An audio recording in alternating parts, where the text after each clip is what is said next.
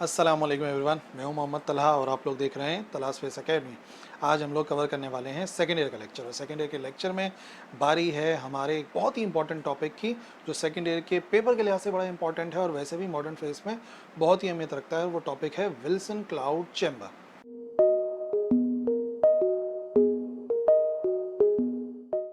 तो पेपर में मुख्तलिफ तरीक़ों से जो है ना इसका सवाल आ चुका है। ऐसे भी आ चुका है कि कंस्ट्रक्शन एंड वर्किंग बताइए, या फिर एक मरतबा इस किस्म का भी क्वेश्चन आया है कि उस डिवाइस का नाम बताइए जिससे हम आयनाइजिंग रेडिएशंस के पाथ को ट्रेस करते हैं, डिटेक्ट करते हैं। तो एक्चुअली उसका आंसर भी विल्सन क्लाउड चैम्बर ही था। और आज के इस लेक्चर के अंदर विल्सन क्लाउड चैम्बर का introduction, working principle, construction, working, ये सब मैं आप लोगों को एक्सप्लेन करने वाला हूँ।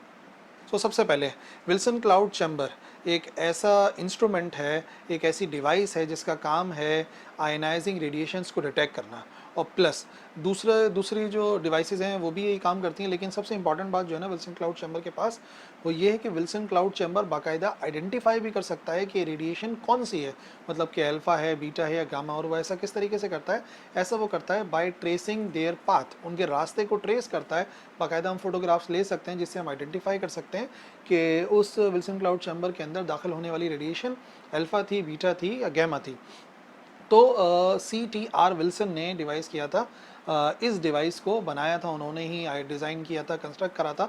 और सबसे इंपॉर्टेंट बात तो मैंने आपको बता दी, इसका काम है आयनाइजिंग रेडिएशंस को डिटेक्ट करना प्लस आइडेंटिफाई करना। और आइडेंटिफाई करने के लिए क्या करता है कि वो जो आयनाइजिंग रेडिएशन है उनके पाथ को ट्रेस कर सकता है। ये वर्किंग प्रिंसिपल ये है कि जब भी आयनाइजिंग रेडिएशन पास होती है सुपर सैचुरेटेड वेपर्स से, चाहे वो वाटर के हों चाहे वो किसी भी लिक्विड के हों, तो वो जो है वो उन पार्टिकल्स को, उन ड्रॉपलेट्स को जब वो आयनाइज करती है तो बाकायदा जो उनका पाथ है वो विजिबल हो जाता है। अब सबसे इंपॉर्टेंट बात ये है कि आपको ये तो पता है ना आयनाइजेशन का क्या तरीक़ेकार होता है।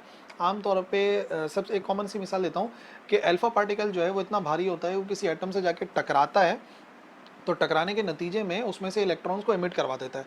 और फिर दूसरी बात ये कि अल्फ़ा के पास पॉजिटिव चार्ज होता है, तो अल्फ़ा इलेक्ट्रॉन को अट्रैक्ट करके भी एटम से निकाल सकता है। तो अगर किसी एटम से इलेक्ट्रॉन निकल जाएगा तो अपने आप उसके ऊपर पॉजिटिव चार्ज आ जाएगा, और इसी को आयनाइजेशन कहते हैं।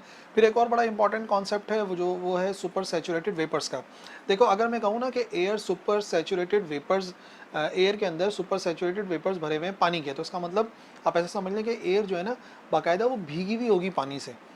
यानी कि आप अगर उस पोर्शन से गुजरोगे तो बाकायदा आपकी स्किन, आपके बाल जो है वो गीले हो जाएंगे, जो कि जाहिर करेंगे कि वहाँ पर जो है वो हवा के अंदर पानी के काफ़ी ज़्यादा मॉलिक्यूल्स मौजूद थे। यानी कि जो एयर थी वो सुपर सैचुरेट हुई थी वाटर वेपर से। सिर्फ सैचुरेट होती है तो थोड़ा बहुत हम कहते हैं कि नमी है आज, लेकिन सुपर सैचुरेटेड का मतलब बहुत ही ज़्यादा भीगी हुई होती है, जो कि आम तौर पर हम लोग देखते हैं ओस जो पड़ती है ना, या फिर जो धुंध होती है सर्दियों में अक्सर। तो कभी अगर आप धुंध से पास हुए तो आप ऑब्जर्व करोगे, जैसे ही आप धुंध से निकलते हो तो धुंध से निकलने के बाद आपके जो हाथ होंगे और जो बाल होंगे उनमें थोड़ी सी नमी सी नज़र आएगी, थोड़ा सा पानी सा नज़र आएगा, जो कि जाहिर कर रहा है कि वो सुपर सैचुरेटेड थी पानी के वेपर से। इसी वजह से जब आप वहाँ से पास हुए तो पानी आपके स्किन पर और आपके बालों पर लगा। और सबसे इंपॉर्टेंट एग्जाम्पल है क्लाउड। क्लाउड जो है वो ऐसा पोर्शन है एयर का जहाँ पे बहुत ही ज़्यादा पानी मौजूद होता है। यानी कि वो जो हिस्सा होता है एयर का वो तकरीबन भीगा हुआ होता है पानी के मॉलिक्यूल्स के साथ, ड्रॉपलेट्स के साथ। तो वर्किंग प्रिंसिपल यही है कि जब भी आयनाइजिंग रेडिएशन पास होती है सुपर सैचुरेटेड वेपर से, तो नतीजे में जो उनका पाथ है वो विजिबल हो जाता है। तो पहले कंस्ट्रक्शन देख लेते हैं। कंस्ट्रक्शन में सबसे पहले हमें एक चैम्बर चाहिए, एक रूम चाहिए, एक चैम्बर चाहिए, एक स्पेस चाहिए जिसमें दो विंडोज़ होंगी। उसके टॉप के करीब जो है वो यहाँ पर जैसे कि नज़र आ रहा है चैम्बर है, और दो विंडोज़ नज़र आ रही हैं। एक विंडो है लेफ्ट हैंड साइड पर और एक विंडो है राइट हैंड साइड पर। जो लेफ्ट हैंड साइड वाले, मतलब दोनों में से कोई भी एक विंडो हो सकती है, वो है फॉर लाइट, इंटेंस लाइट, यहाँ से हम एंटर कराते हैं। और जो दूसरी विंडो होती है वहाँ से हम एंटर कराते हैं आयनाइजिंग रेडिएशन। कोई सी भी हो सकती है, लेफ्ट और राइट का मसला नहीं है, हम लेफ्ट से भी आयनाइजिंग रेडिएशन को एंटर करा सकते हैं। उसके बाद एक मूवेबल बॉटम होता है इस चैम्बर में। एक जो इसका बॉटम है वो मूवेबल होता है, एक लीवर के जरिए कनेक्टेड होता है, और ये जो बॉटम है वो अप एंड डाउन मूव करवाया जा सकता है with the help of lever. और इस बॉटम के ऊपर एक फोम की एक लेयर होती है जो कि भीगी हुई होती है मुकम्मल तौर पे किसी लिक्विड से, और लिक्विड आमतौर पे होता है वाटर और अल्कोहल। इस एक्सपेरिमेंट के लिए हमें ज़रूरत है एक ऐसे लिक्विड की जो कि ईजिली वेपोराइज हो सके। तो अल्कोहल भी यूज़ होता है, वाटर भी यूज़ होता है, क्योंकि हमने वेपर्स बनाने हैं, तो इस तरीके से वाटर और अल्कोहल दोनों को ही इस्तेमाल किया जा सकता है। और आमतौर पे different types of Wilson cloud chamber हैं, बट जो कॉमनली स्टडी किया जाता है उसमें एक फोम की एक लेयर होती है जो कि इस बॉटम पर मौजूद होती है। अच्छा, जो मूवेबल बॉटम है मैंने बता दिया लीवर के जरिए कनेक्टेड होता है, जिसके जरिए हम इसको अप एंड डाउन मूव करवा सकते हैं।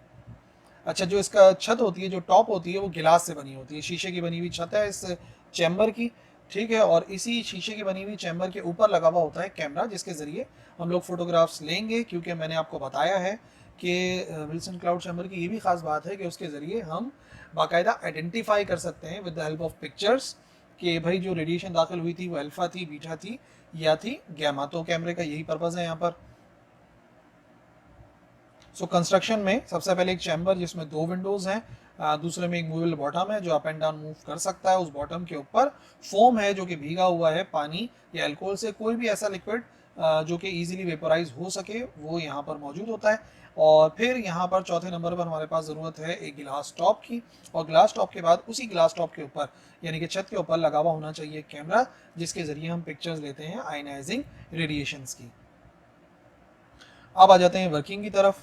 वर्किंग में सबसे पहले ये जो हमारे पास बॉटम है इसको अप एंड डाउन मूव करवाया था, मतलब मुकम्मल तौर पर ऊपर लेके जाते हैं फिर नीचे लेकर आते हैं, ताकि जितने भी डस्ट पार्टिकल्स हों इस पूरे रीजन के अंदर वो साफ हो सकें, क्योंकि डस्ट पार्टिकल्स ही फिर पिक्चर्स के अंदर आएंगे तो वो वहाँ पे नॉइस क्रिएट करेंगे। इस वजह से बेहतर है, मतलब नॉइस से मुराद ये नहीं समझिएगा आप लोग कि कोई आवाज़ वगैरह आएगी। नॉइस से मुराद ये है कि पिक्चर के अंदर कोई ना कोई मतलब ऐसी खराबी सी नज़र आएगी, डॉट से नज़र आएंगे, तो वो भी नॉइज़ ही कहलाती है। तो उसको रिमूव करने के लिए हमने सबसे पहले पिस्टन को अप एंड डाउन मूव कराया, ताकि जितनी भी डस्ट या जो भी चीज़ें थी वो साफ़ हो जाए, यानी कि हमारा चैम्बर अब बिल्कुल क्लियर है। हम क्या कराते हैं फिर इस मूवेबल बॉटम को डाउनवर्ड मूव कराते हैं आहिस्ता आहिस्ता आहिस्ता आहिस्ता। तो जैसे जैसे हम इसको नीचे मूव करवाते रहते हैं वैसे वैसे जो इसका प्रेशर है, जो अंदर चैम्बर का प्रेशर है, वो डिक्रीज होता रहता है। और हम इसको इस हद तक नीचे मूव करवाते हैं कि भाई इतना प्रेशर कम हो जाए कि वेपोराइजेशन बहुत तेज़ हो और वेपर्स जल्दी जल्दी बने, जो भी लिक्विड इस फोम के अंदर भरा हुआ था, चाहे वो पानी हो या एल्कोहल हो।